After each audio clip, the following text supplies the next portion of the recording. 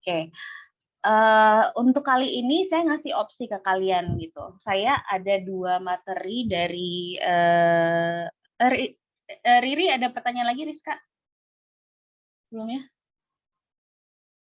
Udah Bu, mungkin nanti kalau misalkan dipraktekin bakal lebih paham gitu Bu. Oke, habis itu kita bisa coba nanti, kalau beneran ke sini ya. Saya berharapnya sih bisa ke sini, jadi gampang ngajak kalian, karena untuk beberapa minggu lagi kita akan ke rendang lah, ke sate lah, ke makanan lah. Jadi, kalaupun misalnya enggak, mungkin saya ngirimin sampel ke kalian, jadi berarti saya harus, apa namanya, harus punya alamat kalian satu-satu deh, gitu. Atau mau ngelihat aja tanpa nyobain. Saya nggak bisa kalau kayak gitu. Kalau orang udah ngomongin tentang makanan dan kita ngomongin tentang budaya, saya nggak bisa menerangkan rasa manis dan asamnya itu seperti apa. Mungkin nggak pedes di saya, pedes di kalian gitu kan. Jadi saya sih bisa pengennya kita bisa luring gitu, tapi semoga ya, semoga ada keputusan dari rektor untuk minggu depan ketika saya tanyakan gitu. Oke, untuk next pertemuan kita, kira-kira kalian mau lihat yang mana? Saya ada 2. Satu, tradisi, pernikahan ini dua-duanya tentang pernikahan, tapi tradisi mandi, kalau di Jawa ada yang turun mandi gitu ya, apa sih namanya kalau di Jawa prosesinya? Siraman ya? Iya, Iya, siraman. ya siraman. Kita juga ada yang seperti itu, tapi lebih ke banyak ritual juga yang mungkin hampir-hampir mirip. Terus ada satu lagi yang sebuah film kita bedah karya, tapi filmnya nanti kita nggak akan bahas, kita nggak akan putar di sini. Putarnya di kalian bisa saya taruh linknya itu di Spada. Nanti kalian nonton filmnya itu. Karena kalau kita tonton bareng-bareng di sini, filmnya kalau nggak salah saya 1,5 jam. Gitu. Kuota kalian nanti yang nangis. Gitu. Gimana? Mau yang bedah film atau yang kita bahas dulu tradisi yang itu baru kita ke film atau gimana? Kita pisah.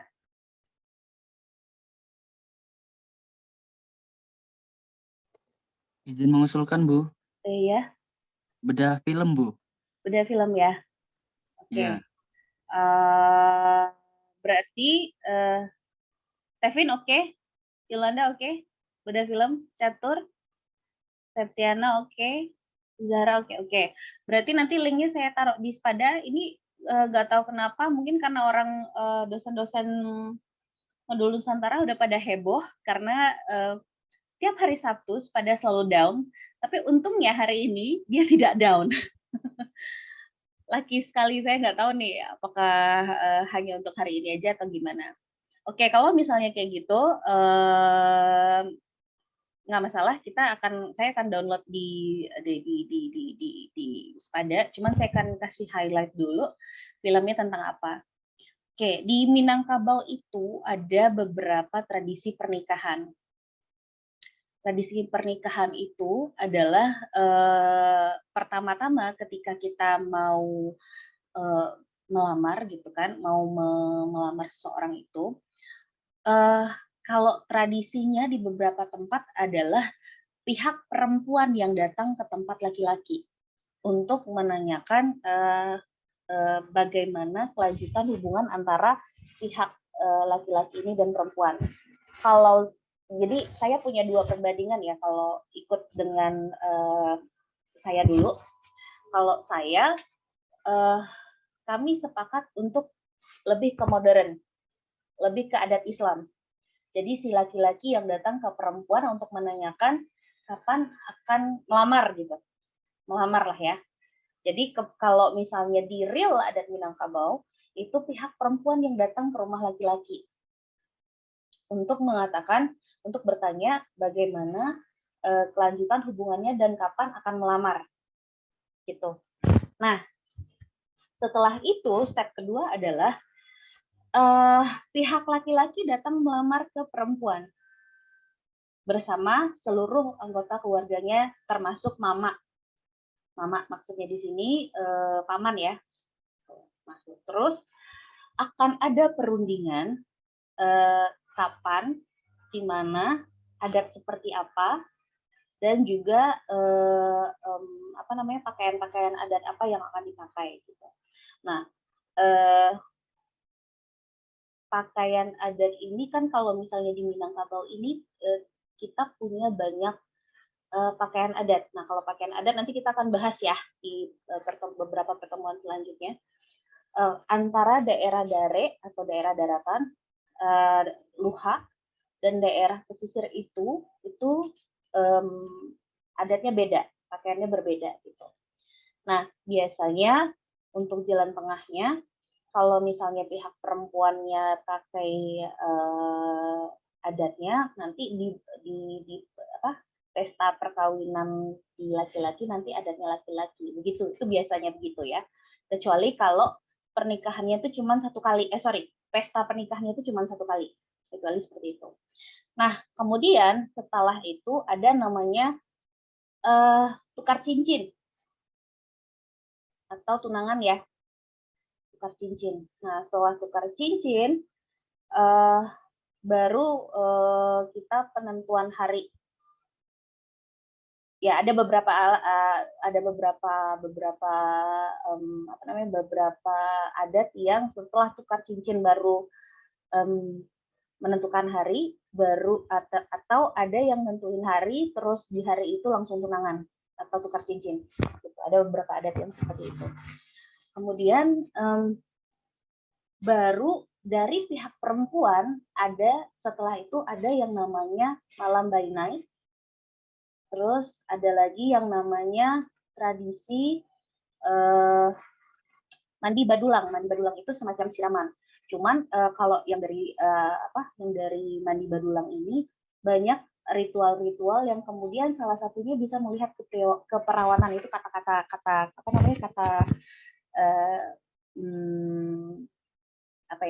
nenek ninik mama yang kami dahulu gitu. Kalau misalnya tradisi ini adalah salah satu tradisi yang kita bisa lihat perawan atau tidaknya anak gadis kita dari situ katanya. Kemudian kalau di pihak laki-laki sebelum mereka menikah atau ijab kabul, ada tradisi namanya Bataga Gala. Bataga Gala ini ada satu gelar yang diberikan turun-temurun kepada laki-laki.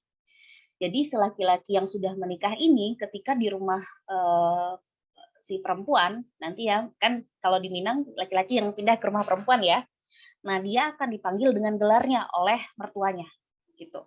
Misalnya kalau si Ardian gitu ya, Ardian Muslim, kemudian menikah dan dia sudah punya gelar sendiri, misalnya Ardian itu gelarnya adalah Sultan Mudo, misal gitu ya. Dia akan dipanggil Sultan Mudo oleh mertuanya karena itu gelarnya. Gitu. Tidak dengan nama. Oke. Nah, kemudian setelah itu si laki-laki ini setahu saya ya, dia sampai sana, sampai dia Bataga Gala. Kalau perempuan sampai di malam harinya itu masih ada yang namanya malam baina ya. Malam baina itu di mana dia datang henna tahu ya? Inai itu ya. Inai itu dia itu bahasa lainnya adalah henna. Gitu loh. Nah, itu di sekujur, cuman di segini tangan aja. Dari pangkal tangan sampai bawah itu. Sampai kaki juga dari pangkal kaki sampai ke bawah. Itu terus dia doa-doa, salawatan dan segala macam, baru besokan harinya ijab kabul. Oke. Nah, kenapa saya bilang bisa sampai berhari-hari? Kebiasaannya adalah setelah nanti pesta di rumah perempuan akan ada lagi pesta di laki-laki. Bisa lagi di saat pesta itu juga ada namanya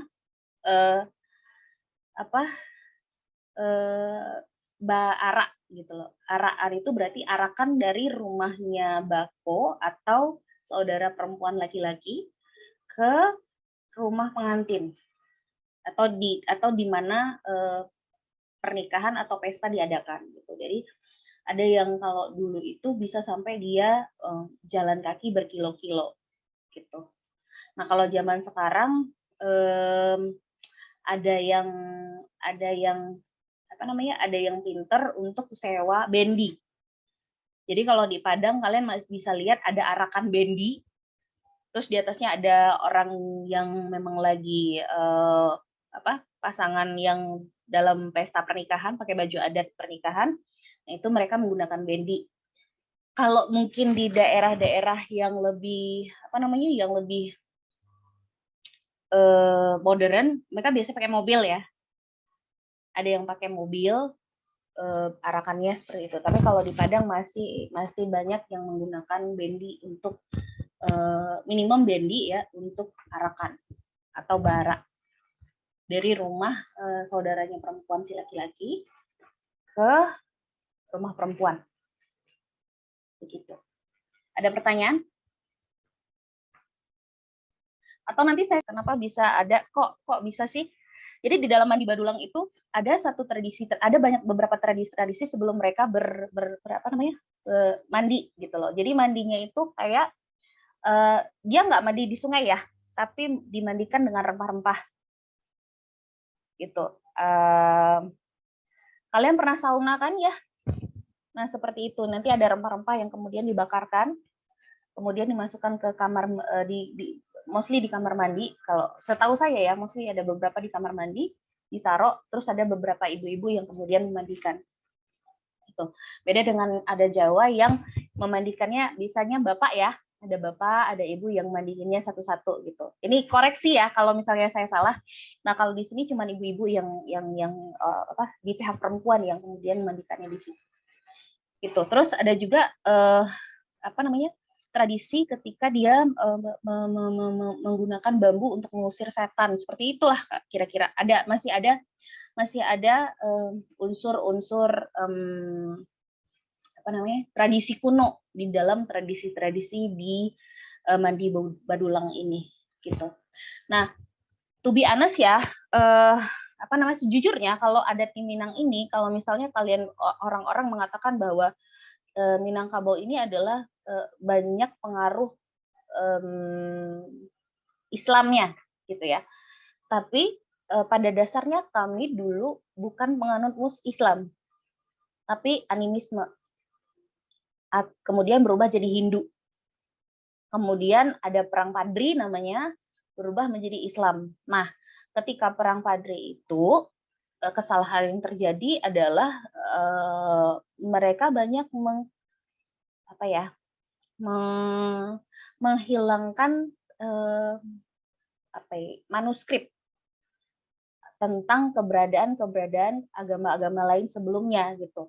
Tapi yang nggak akan bisa berubah adalah beberapa tradisi yang bisa kita lihat masih ada kandungan nilai-nilai Hindu atau kandungan nilai-nilai animisme sebelumnya gitu loh. Jadi ada beberapa mahasiswa saya yang dari luar negeri dulu, dari mahasiswa dia bertanya, oh ini bukannya ada tradisi Hindu di dalamnya gitu katanya. Ya memang seperti itu gitu. Jadi tapi nggak semua ya. Karena kalau misalnya kita masih ngelihat yang kuno banget, pasti akan ada sedikit bawaan-bawaan dari tradisi-tradisi yang lama. Seperti itu. Oke, sampai sini ada pertanyaan dulu sebelum saya lanjutkan. Bu, saya Mari, itu kalau penentu hari itu langsung aja atau harus ada hitungannya? Kalau di Jawa tuh ada hitungannya kayak pakai weton. Ya, gimana? Gini Bu, jadi kan tadi kan tukar cincin, habis itu penentu hari kan ya Bu. Nah, kalau penentu hari itu ada hitungannya enggak Bu? Kan kalau di Jawa itu ada hitungannya kayak pakai weton kan ya Bu. Kalau di Padang, maksudnya kalau di Minang gimana ya Bu? Setahu saya kita tidak melihatnya dari weton, tapi kita lihatnya dari habis ini ada yang mau menikah kapan? Ada nggak dari keluarga besar kita itu yang akan menikah di hari yang sama, waktu yang sama? Itu setahu saya ya. Tapi kalau adat lama dia berdasarkan berdasarkan kalender Islam. Gitu. Kita nggak ada mitos untuk itu sih. Jadi kapan aja boleh, asal tidak asal tidak bersamaan dengan pernikahan dari keluarga yang lainnya. biasanya itu butuh waktu 15 hari atau 2 minggu, 2 minggu lebih ya, atau 3 minggu dari pernikahan yang lain gitu. Dari pernikahan anggota keluarga yang lain. Kenapa? Karena kalau misalnya di Minangkabau itu jarang ada yang catering. Kalau kita mau lihat yang adat lama ya, adat lama banget, jarang ada yang catering. Tapi itu satu kampung masak bareng. Nah di sana mereka bikin rendang, terus potong sapi dan lain-lain gitu. Itu kalau yang memang adatnya dulu banget itu di kampung ayah saya tuh yang seperti itu di Solo, Sijunjung nama daerahnya. Dan biasanya yang masak itu kalau kita catering itu dianggap kita sombong gitu, dianggap kita nggak ngehargain orang desa gitu. Jadi memang orang desa sana yang kemudian bergotong royong masak, atau orang-orang yang memang punya keturunan sama atau yang punya ikatan darah dengan kita atau satu suku masak di situ di tempat yang sudah disediakan seperti itu. Ada lagi pertanyaan, Tevin? Ya, Bu. Kasih, Bu. Oke, sebenarnya kalau misalnya saya kasih ada tradisi ini, mungkin kalian akan tuh gini ya, lo kayak gini ya, karena tradisi mandi badulang ini bahasa lainnya adalah tradisi melihat keperawanan. Kalau zaman sekarang ini tuh cewek-cewek agak cerewet kalau masalah apa-apaan ini gitu kan ya. Kalau kalian tanya ke saya ketika saya menikah, saya melakukan tradisi ini atau tidak, bisa saya jawab ya dan tidak. Saya jawab ya karena saya melakukannya dengan cara yang lebih modern. Gitu. Tidak melibatkan unsur mandinya tetap ada, tapi tidak melibatkan beberapa ritual yang menurut saya tidak dipakai lagi gitu loh. Bentar, saya akan lihatkan ke kalian ininya. Nanti silakan ditonton aja ya. Jadi seperti ritual untuk nanti ada satu kalian tahu nggak ini bambu yang biasa dipakai untuk layang-layang, pakai rotan. Jadi ada bukan di sapu lidi tapi yang kecil, yang bisa untuk iniin laler gimana ya bentuknya. Jadi bisa jadi dari ujungnya kelapa, kemudian dijadiin sapu lidi. Ada juga yang dari bambu yang kemudian ditipis-tipis, dijadiin satu sapuan yang kecil. Nah itu biasanya ditepuk-tepukin ke perempuan, katanya itu untuk menghilangkan gangguan-gangguan jin yang ada di perempuan sebelum dia menikah, sehingga ketika dia menikah akan ada gangguan jin itu tidak ada dan dia bisa mencapai kehidupan sakinah mawaddah warahmah begitu. Nah itu tidak saya lakukan. Saya tetap mandi dengan menggunakan rempah-rempah dan lain-lainnya. Ya kalau secara logikanya itu kesehatan ya, bisa masuk kesehatan dan segala macamnya gitu, wangian dan segala macamnya. Jadi begitu. Tapi apakah ada yang melakukan ritual mandi badulang? Ada. Tapi itu di daerah-daerah yang memang masih kuat agamanya, bukan adatnya, masih kuat adatnya, gitu. Kayak di daerah-daerah seperti Solo Selatan, kemudian daerah Payakumbuh yang ke arah sananya ya, kalau nggak salah saya. Nanti Aldi kalau ada tambahan kasih tahu saya ya, karena Aldi juga cowok. Aldi dengar? Dengar Bu. Ya, kalau daerah-daerah yang Payakumbuh ke sananya apa namanya? Saya lupa. Nah, nama daerah-daerahnya itu mungkin